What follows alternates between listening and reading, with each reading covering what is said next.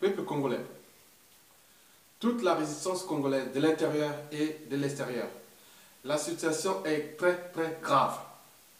Nous sommes en face d'un État confisqué. Donc, il est confisqué non seulement par le clan au pouvoir, et aussi par ses intérêts particuliers, dont la France, parce qu'il y a des gens qui sont mouillés ici en France, qui ont construit des empires médiatiques, financiers, immobiliers, des valeurs mobilières. Donc, c'est un État confisqué. Donc, ils travaillent en réseau. Ils ont tous les agents de renseignement, tous les moyens d'intelligence. Donc, c'est un État confisqué. Nous sommes dans une situation grave. Sassou Nguesso va tuer plein de gens au Congo. Donc, continuez à vous battre. Dans le sud Congo, je vous donne ça, cette information. Si on peut aller dans les situations graves dans la partition du Congo au nord-sud, on pourra en arriver. Parce que la situation, ne lâchez pas. L'unité, c'est l'une des trois valeurs fondamentales du Congo. Mais nous sommes dans une situation compliquée. Sassou Nguesso va nous tuer. Parce qu'il a peur d'aller soit mourir ou être tué. Marine Ngouabi l'avait pourtant dit, quand le pays est sale et manque de tout, tu ne peux que le laver avec ton sang. Mais Sassou Nguesso est incapable de le laver son pays avec son propre sang. Mais c'est pour les raisons pour lesquelles il s'est entouré de toutes ces forces qui sont là, qui se battent bras le corps pour qu'il reste encore en vie ou jusqu'à la mort au pouvoir. Donc nous sommes dans une situation très compliquée. J'ai reçu des messages ici en France qu'il faut aller, non plus aller à l'ambassade, mais mettre des opérations de guérilla ici dans les partis politiques, dans le Front National, qui nous a soutenus quand même, et d'autres partis de gauche, comme le Front de gauche, les Verts écologie, et d'autres partis de droite, qui pensent que de la droite libérale, qui pensent que le départ de Sassou peut donner des bonnes conditions économiques pour nos intérêts au Congo. Mais pourquoi soutenir ce mal qui est à bout de souffle? Parce qu'il y a plein de gens qui se sont mouillés.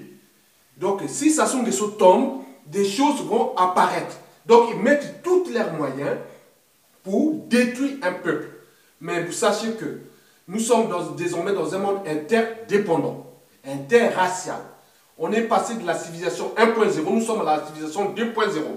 Donc nous allons rentrer dans la civilisation 3.0. Donc tout ce que nous faisons du mal à un peuple qui demain, ces petits-enfants, qui auraient pu croire qu'Obama sera le président des États-Unis. Donc nous sommes dans cette signification qui va passer tout au long du XXIe siècle. Donc je donne un message d'alerte à tous ces gens qui sont tout encore de Sassou Nguesso, autour de Sassou Nguesso, pour nuire un peu, pour détruire. Il y a eu 30 morts, et sans compter les nombreux blessés. Donc si on compte bien, d'ici demain, après-demain, on pourra arriver à 100 morts. Sans oublier le passif de ce monsieur qui a déjà tué au moins 700 000 Congolais. Donc, nous sommes en face d'un individu qui a tenté de tuer les Noirs. Sassou Nguesso tue les Noirs. Les Africains doivent savoir ça. Il suffit que un blanc tue un noir ici en Occident, c'est la face un buzz, mais un mec qui tue tous les noirs en ce moment, et vous êtes là, africain noir, et capable de mettre toutes les solutions pour éjecter ce monsieur. Mais non, on est dans une guerre raciale, économique.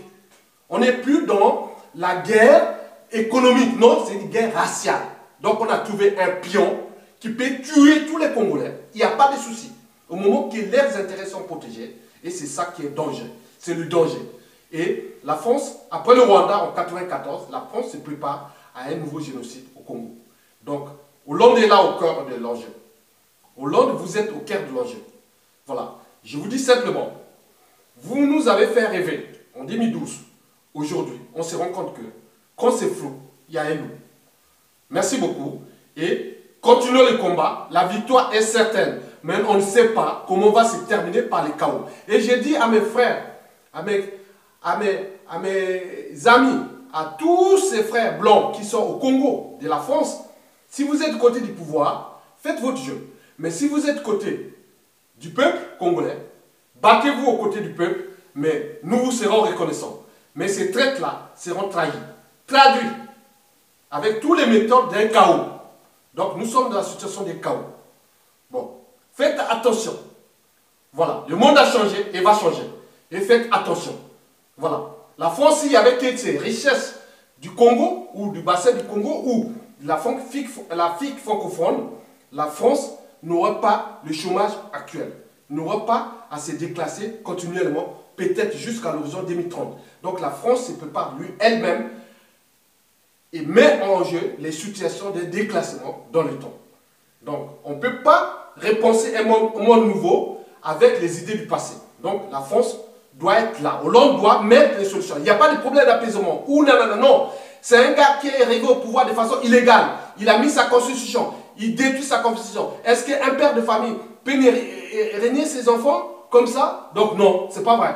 Donc Sassou Nguesso est en train de régner sa propre constitution. Il faut chercher les solutions d'apaisement. Hollande, si vous voulez, il faut demander à Hollande aujourd'hui de mettre, demander un référendum en France pour qu'on change la constitution pour que Hollande reste au pouvoir à longueur des années. Voilà. Pourquoi vous autorisez ça là-bas au Congo et vous ne pouvez pas faire ici? C'est pas bon ça. On n'est plus dans ce monde-là. C'est un ras-le-bol.